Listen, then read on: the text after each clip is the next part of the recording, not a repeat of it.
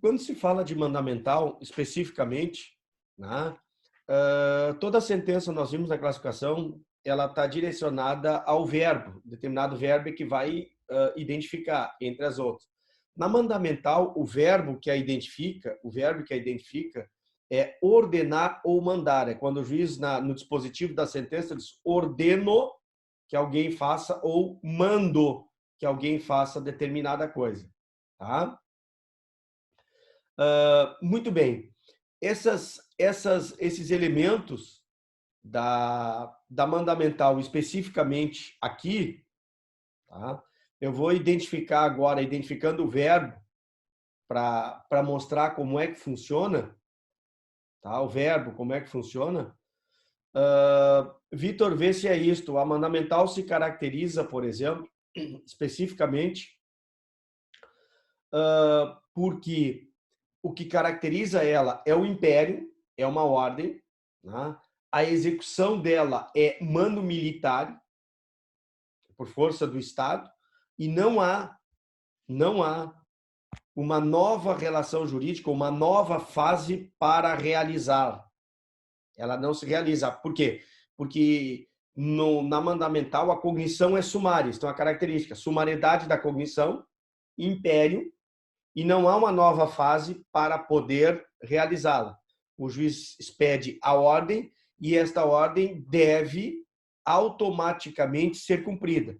O autor não precisa fazer mais nada para que a ordem seja cumprida, em termos de provocar o Estado novamente. Claro que, se a parte não cumprir, ele pode solicitar reforço, né, para que seja cumprida esta ordem do magistrado. Tá? Para que seja cumprida esta ordem. Muito bem. Ainda continuando dentro das características dela. Tá? A base histórica da mandamental, ela está vinculada ao direito romano, aos interditos romanos. Aquilo que eu coloquei ontem do Gandolf lá, naquelas peculiaridades do direito romano. Então, vejam bem, quando falamos de mandamental, vamos ver quais são essas características lá do direito romano. Primeiro, era o verbo ordenar ou o verbo mandar, que toda a sentença mandamental traduz, tá? E que caracteriza o que os romanos chamavam de império, certo? A mandamental, como sempre esteve vinculada a este interdito, a este império, traz consigo uma cognitio sumária. A cognição dela é sumária. O que eu quero dizer com a cognição sumária? Eu quero dizer o seguinte, que numa mandamental, né, o juiz mais ordena do que conhece, ou seja, há mais império do que cognitio. Porque se nós olharmos nas ações ordinárias, aquelas oriundas do judiciorum privatorum, a cognitio predominava. Aquela fase imensa de instrução, com todas essas. Agora, na mandamental, a cognitio é menor, porque a finalidade dela é muito mais pragmática, muito mais uma ordem. Por quê? Porque quanto maior a cognitio, maior a propensão para a produção da coisa julgada material. Quando menor a cognitio, menor a propensão para a produção da coisa julgada material. Então, por isso que na mandamental, os autores colocam que uma das características, como regra geral da mandamental, é a não produção da coisa julgada material. Tá? Então, quando eu tenho uma pretensão de manutenção de posse, para manutenção da posse, o juiz tem que expedir uma ordem para, na manutenção da posse, ele expede uma ordem para que alguém faça ou deixe de fazer em virtude desta ordem. Né? Porque na reintegração de posse, ela é executiva. Porque eu busco algo que está no patrimônio do outro e trago para o meu. Vocês se lembram disso aí. Eu não vou entrar agora nas questões da cognição, da sumariedade de cognição, vertical, horizontal, que se alguém tiver alguma dúvida, lá no texto que eu passei para vocês tem esta distinção mais clara. Tá?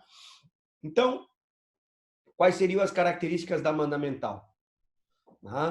É uma realização forçada da ordem do juiz, da ordem mando militar, né? O juiz ordena que alguém faça esta realização forçada disso, independentemente de um processo de execução que a doutrina chama de ex-intervalo, ou independente desse processo de execução através do cumprimento de sentença. Não existe isso. Não existe isso. A execução é imediata à ordem. Ela se dá na mesma relação processual, igual à executiva.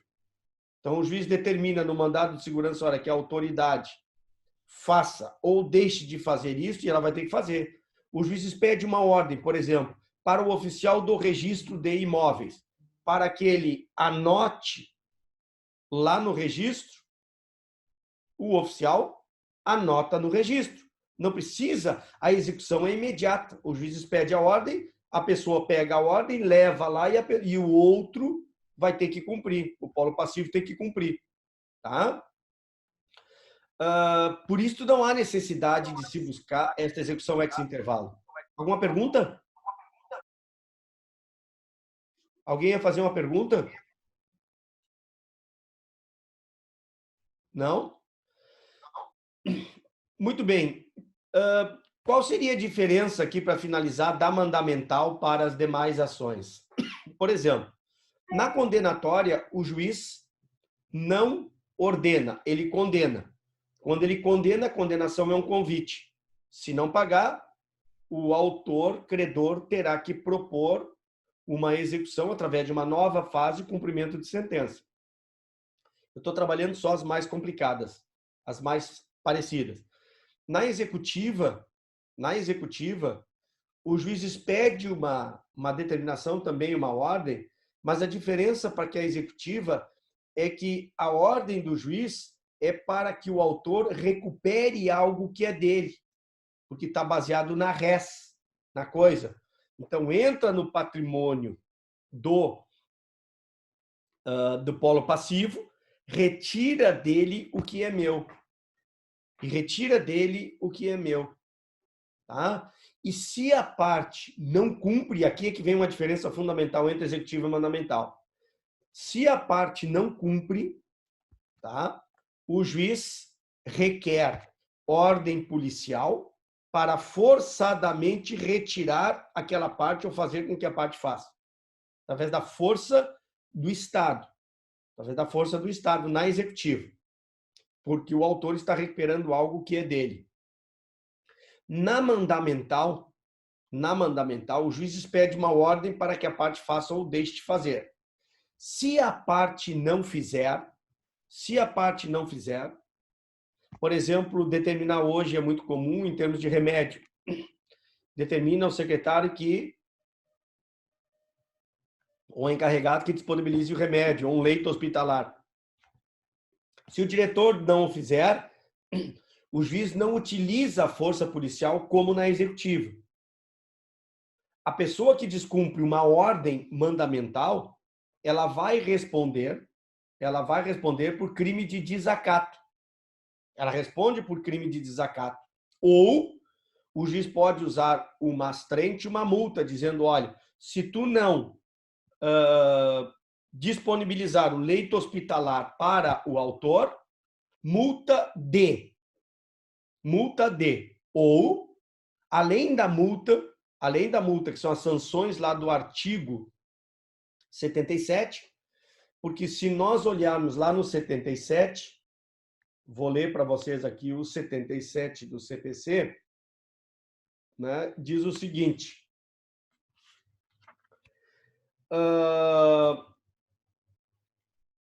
parágrafo 2º do 77. A violação ao disposto no inciso 4º ou 6º, o que é o 4º? Tem que cumprir com exatidão as decisões jurisdicionais de natureza provisória ou final e não criar embaraços. Tá? Nestas hipóteses, se o juiz determina uma ordem e a parte não cumpre, diz o parágrafo 2º, a violação a esta ordem do juiz constitui ato atentatório à dignidade da justiça, devendo o juiz, sem prejuízo de sanções criminais, civis e processuais cabíveis, aplicar ao responsável multa de até 20% do valor da causa, de acordo com a gravidade da conduta. Então, na mandamental, ele vai aplicar esta multa, ele pode aplicar esta multa como uma forma de coagir psicologicamente a vontade do devedor para que ele cumpra a ordem do juiz, independentemente de expedir um ofício para o Ministério Público a fim de que ele responda criminalmente por esta desobediência.